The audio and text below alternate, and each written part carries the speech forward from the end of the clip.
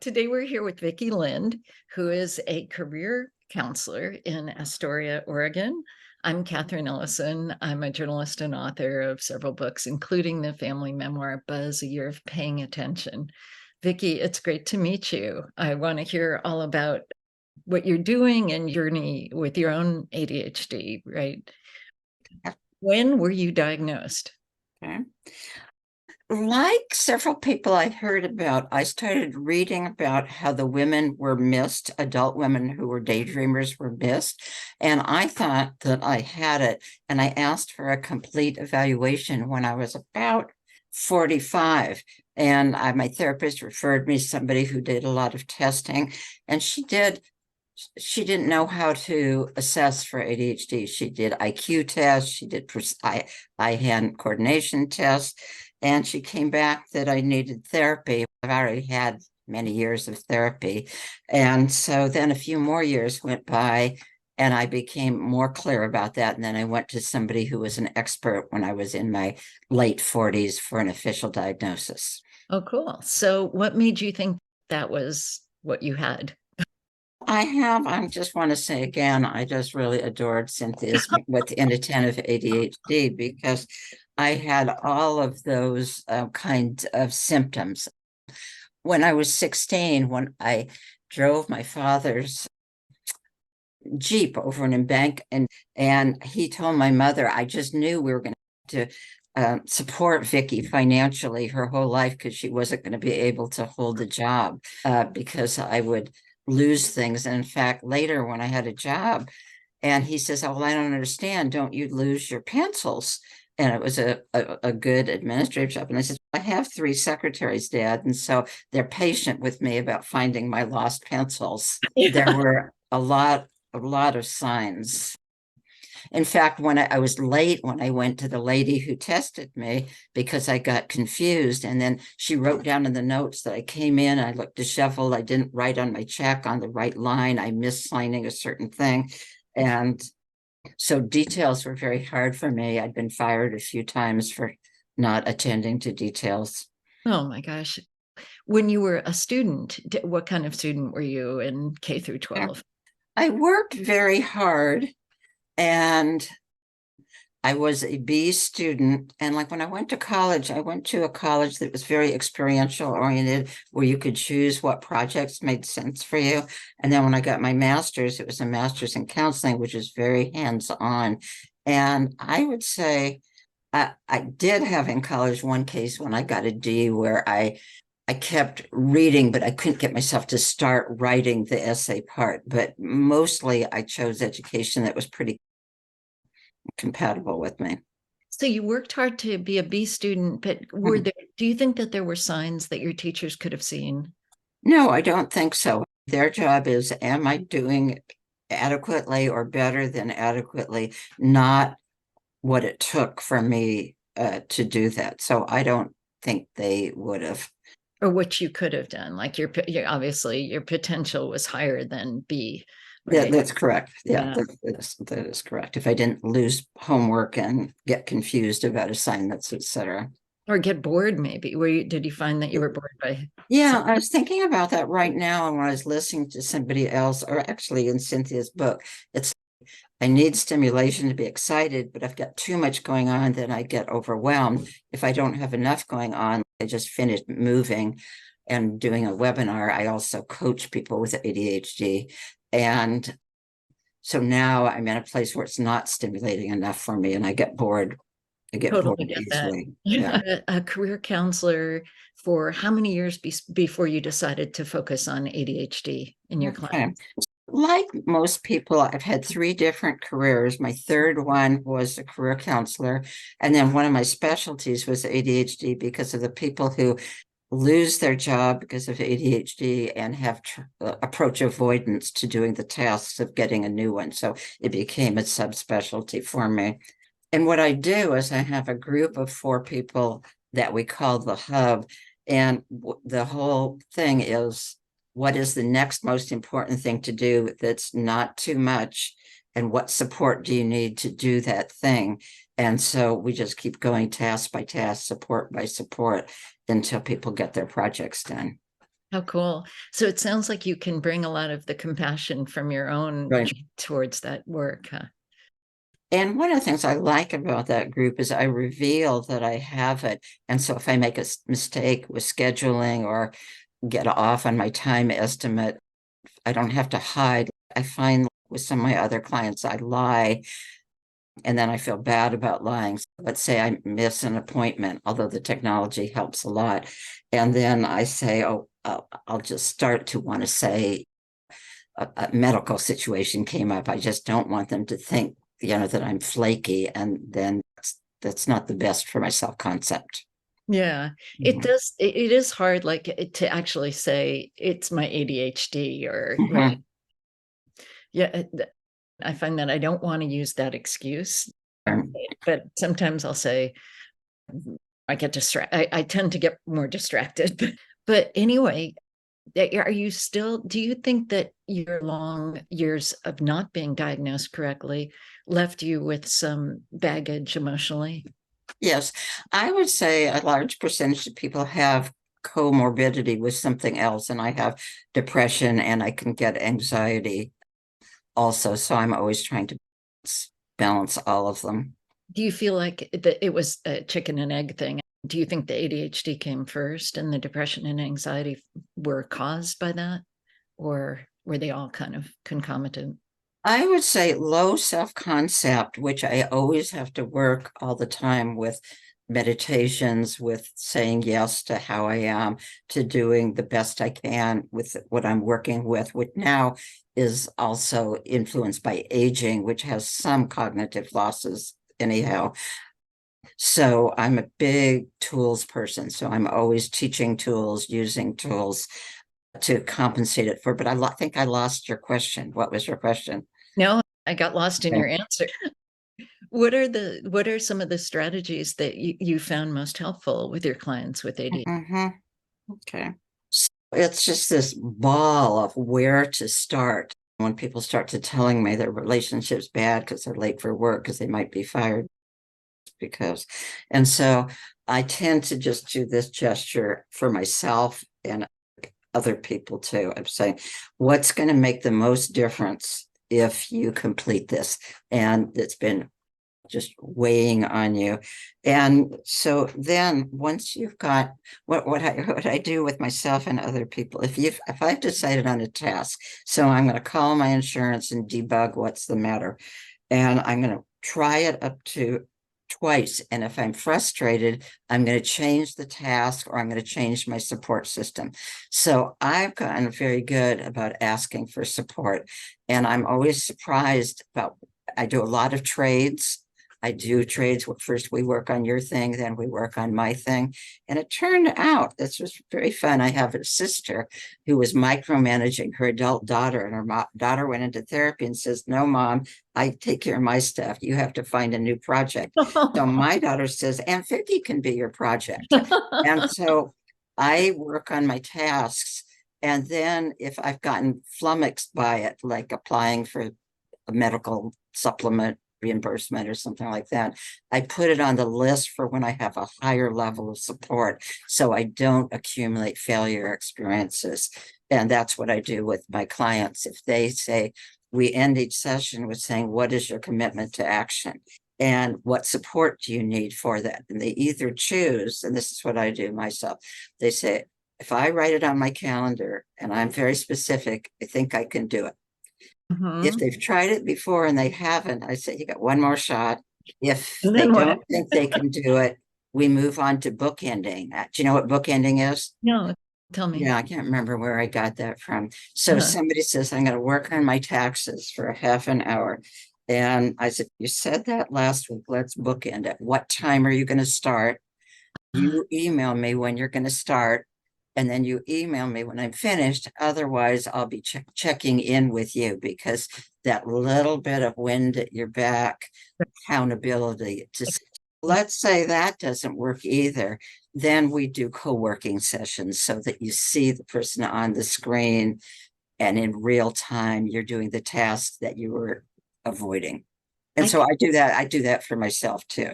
I could tell you a doozy of a story about me almost getting fired, but are you willing to talk about your getting fired from a job and what happened? Yeah. Which time? I don't know. It's your story.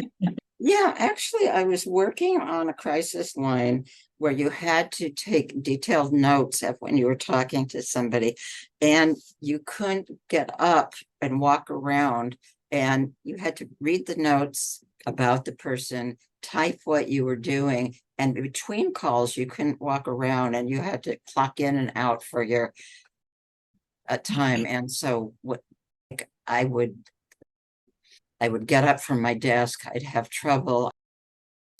I transposed some addresses that I shouldn't be doing. So the more in the beginning, it was okay, but when it became root, I just couldn't do it. I'm sure that as a career counselor, you must see jobs that you would No, not recommend for no. anybody with ADHD, and that might be Oh, one of them, huh? actually, I had one job as a manager for quite a while before that one went south, but I really wasn't successful until I became self-employed.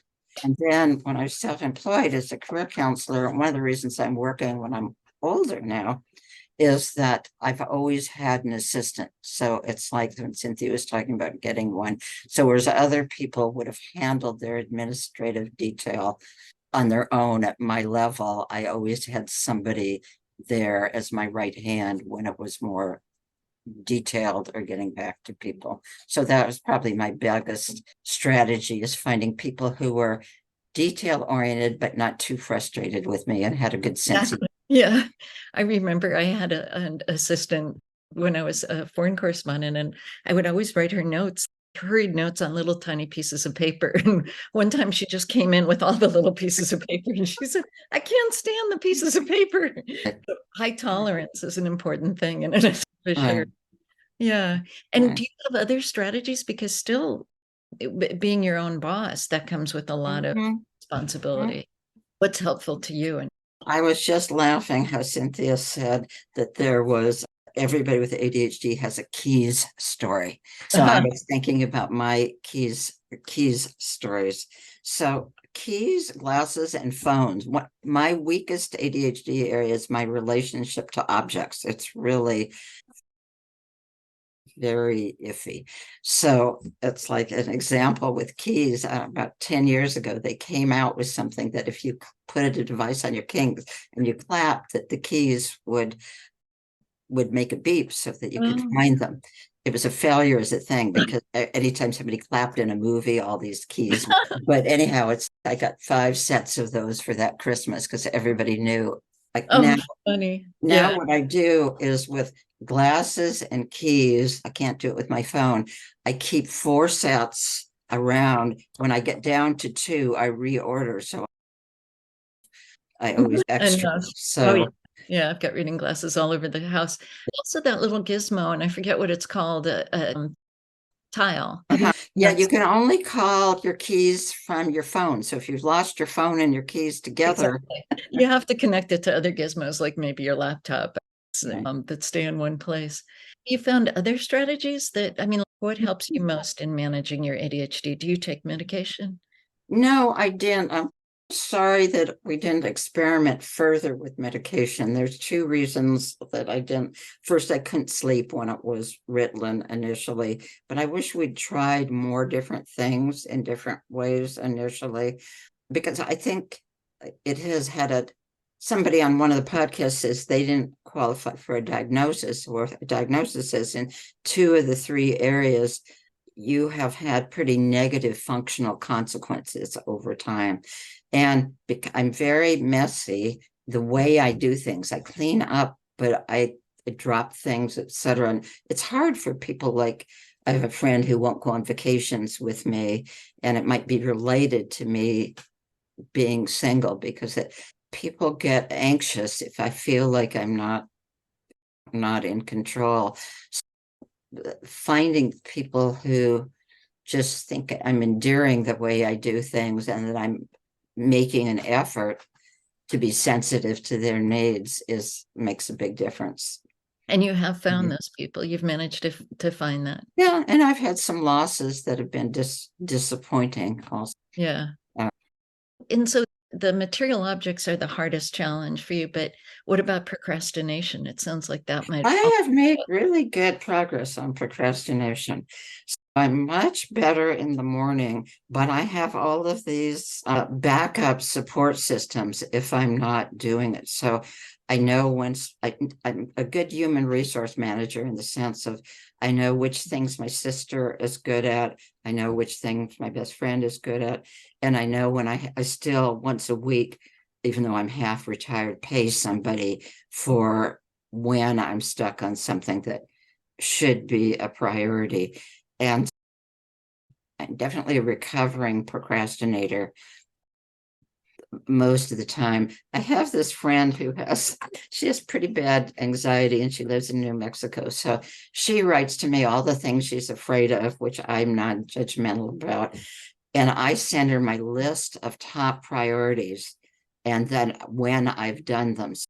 So I start my morning with a list of up to 6 things, and then I tell her when I've done them. So we have this kind of trading kind of crutches. It's like Weight Watchers, right? Yeah. And you've Yeah. also found that dogs are helpful. I saw something that you did about 5 ways dogs can help people with ADHD. Oh no, but I can That imagine. wasn't you? Oh my No, gosh. that There wasn't was that a wasn't there was me. a YouTube. I would get to ask you about that because I love No, dogs. no. How else can I help you about my journey or how I can help other people?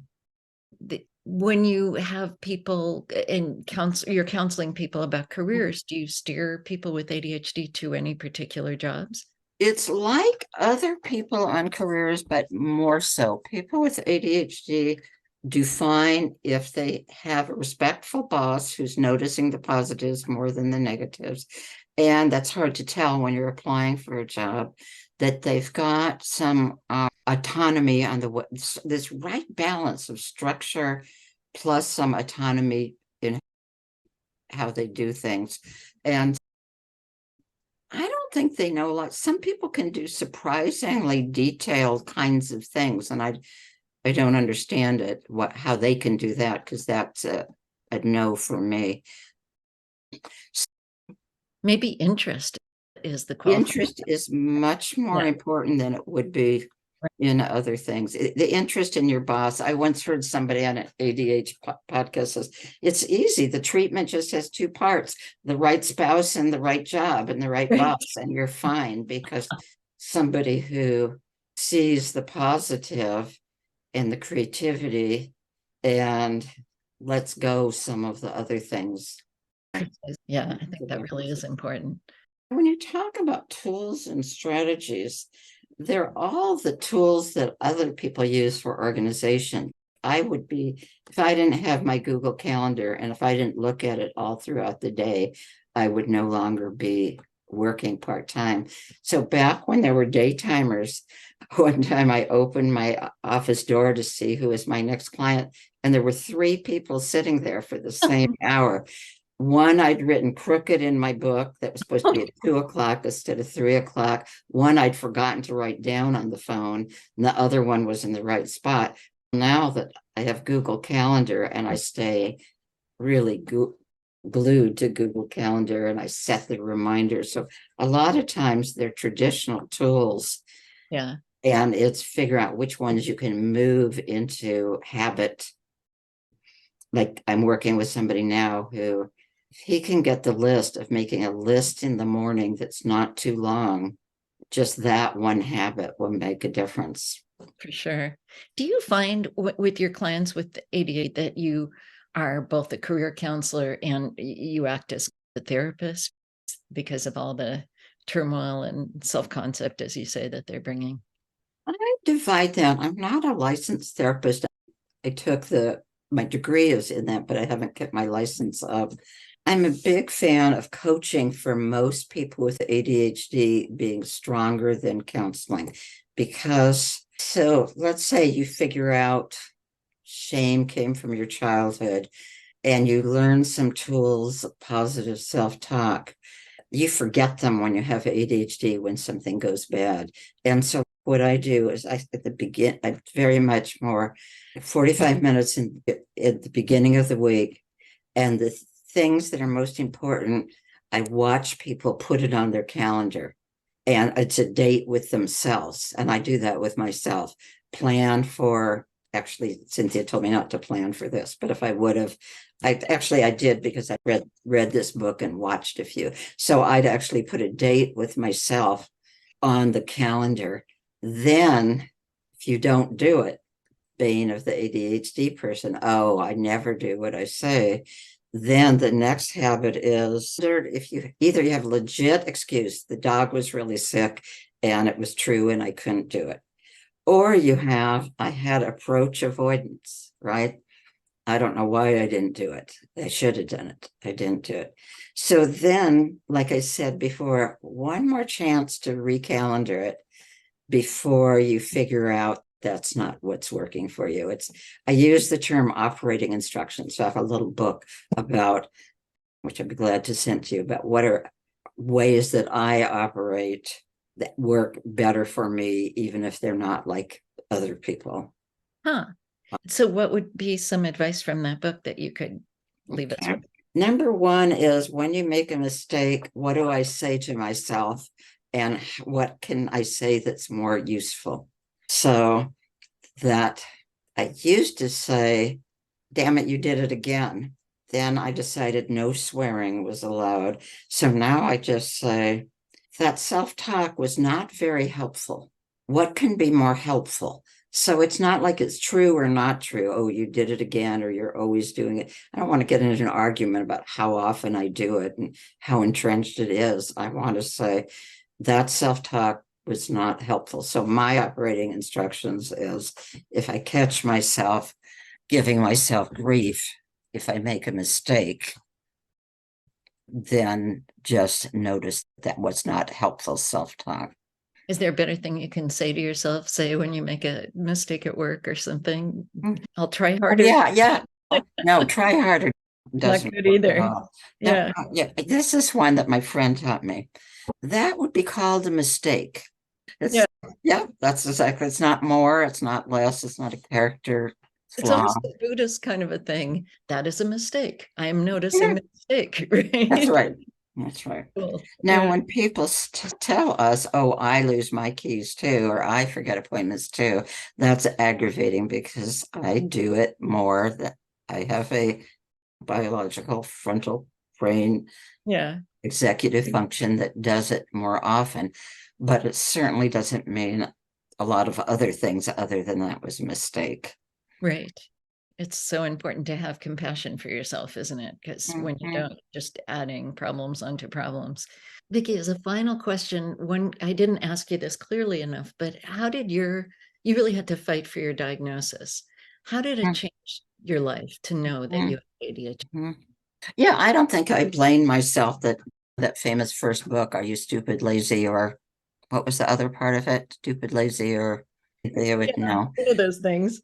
Yeah, but I would say it's such a baffling disorder, because it's ill. You can do things some of the time and you can't do them other times. So then that confuses other people. Can't do things with my intelligence. I can't balance a bank book, never have, or did once. And so being around other people with it, or reading Cynthia's book about how much work she has to do to offset just the way that she's wired, comes back again and saying, oh, it's not aging, or it's not that I'm whatever, fill in the blank, that this is a common set of things that comes with it. And as well as a lot of creative problem solving, a lot of persistence, a lot of pulling in resources that can help. Fantastic. And a lot of self-forgiveness, it sounds like. And a lot of self-forgiveness. Yes, that's way up there. It's just been a pleasure talking with you, and I wish you great luck with your camp. This has been a production of Inattentive ADHD Coalition. Check us out at adhdstruggles.org and see how you help us by donating or by spreading awareness of inattentive ADHD. Thank you.